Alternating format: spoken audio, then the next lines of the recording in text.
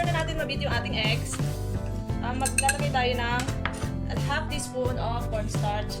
Half teaspoon lang guys. Dito sa water. Yan. So naglagay ako ng 1 tablespoon of water. And nilusaw ko yung cornstarch. So ilalagay lang natin dito sa egg.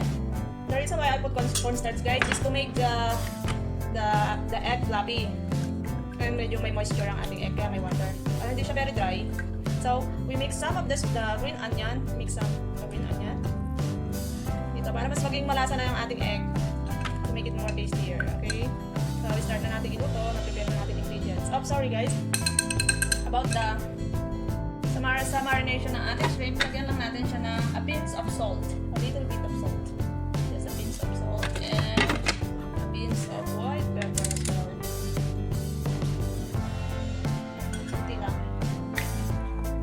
Lagyan din natin ng paborito kong sesame oil. Let it marinate.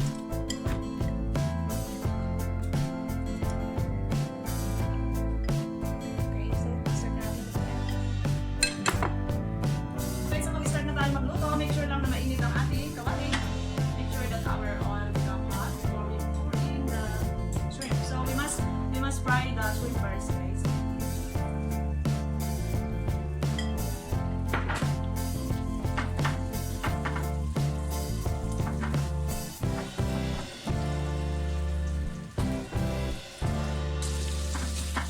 So medyo nag-red na yung shrimp. You can take it out.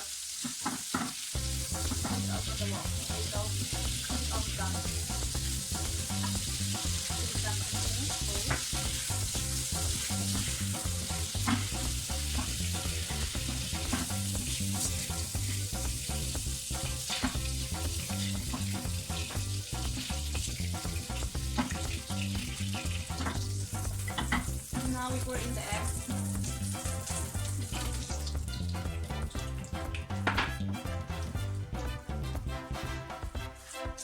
Put it back the shrimp. After niyang mabuo, medyo mabuo siya, we can put the shrimp. Stir it.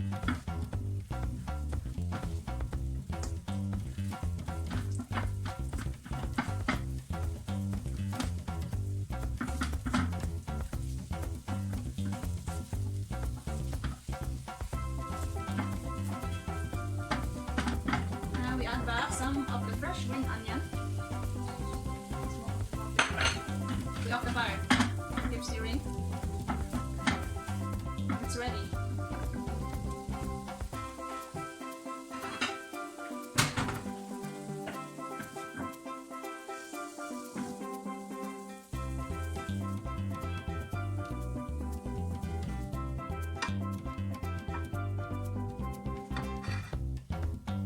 Look at it, guys. Wow. So we just add a little bit of the coriander. For me, I like it because for the taste of the coriander, it's matched with the shrimp. So guys, it's time to mukbang na sa ating niluto na shrimp egg. Tanan! And meron akong a bowl of rice. Mumukbangin na natin to. Huwag na natin patagalin. Masarap kasi kainin to nang medyo mainit pa. Harap. Masarap siya guys. Maharap. Try na masarap talaga.